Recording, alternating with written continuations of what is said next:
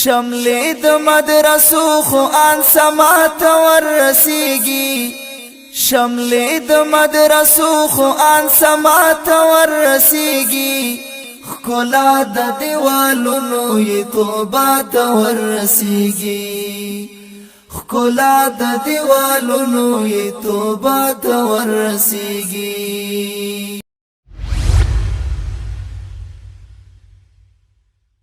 ولقد أهلكنا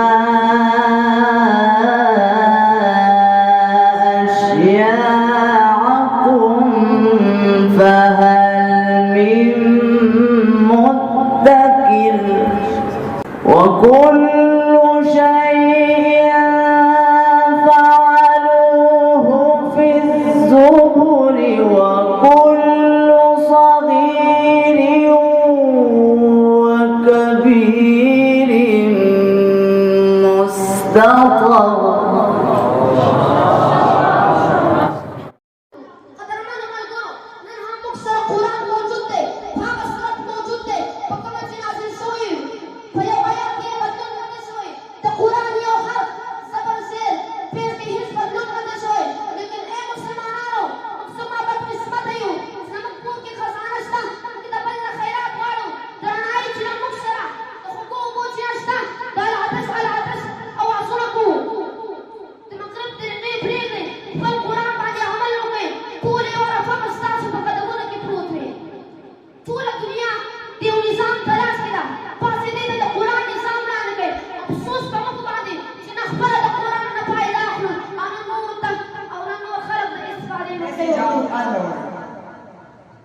Freedom is in our minds,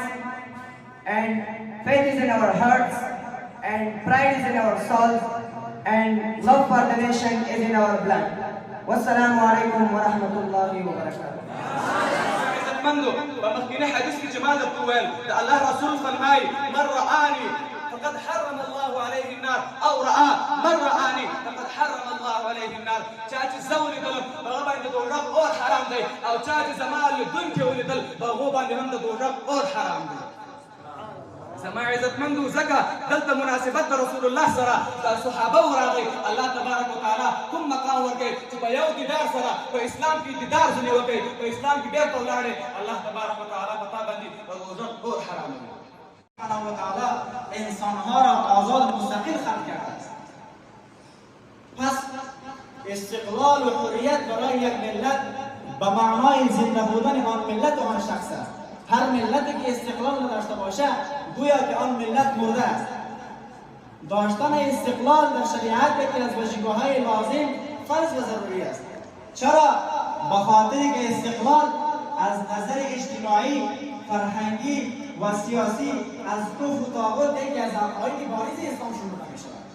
بله، استقلال یعنی تحت تاثیر هیچ کسی جز خدا قرار نگیری. هر ملتی که از نعمت استقلال برخوردار شود آن ملت به مقام و اعلای شرف عزت اوقات مثال لپاره پیدا کړي ته مې د ځان لپاره پیدا کړی د دې لپاره چې یوازې زما عبادت وکړې نو ته مه مصروفه کېږه مه مشغوله کېږه هغه څه کې چې ستا لپاره دي داسې نه چې غافل او بې پروا شې د هغه څه نه چې ته د هغه لپاره چې هغه د الله عز وجل عبادت نو د دې حدیث نه معلومه شوه چې انسان د دې ټولو مخلوقاتو موضوع ده او دا خبره هم معلومه شوه چې د عبادت کول دا د موږ اړتیا ده د الله تعالی اړتیا نه ده په دې مسابقه کې اول مقام د ثالثې درجې زده کوونکی سجاد احمد ګټلی رادسي خپله ډالۍ دي د افغان دارالعلوم له محترم مدیر مولوي اسرار الحق صاحب څخه وصول د مسابقې هغه زده کوونکی چې دوهم مقام یې ګټلی دی د شپږمې درجې زده کوونکی بشیر احمد دی بشیر احمد دې راسي او خپله ډالۍ دي د محترم مفتي محمد هاشم صاحب څخه وصول دریم مقام په دې مسابقه کې محمد دوم ټولګي زده کوونکي ګټلی او رادسي خپله ډالۍ دي د مولانا امیر حمزه صاحب څخه وصول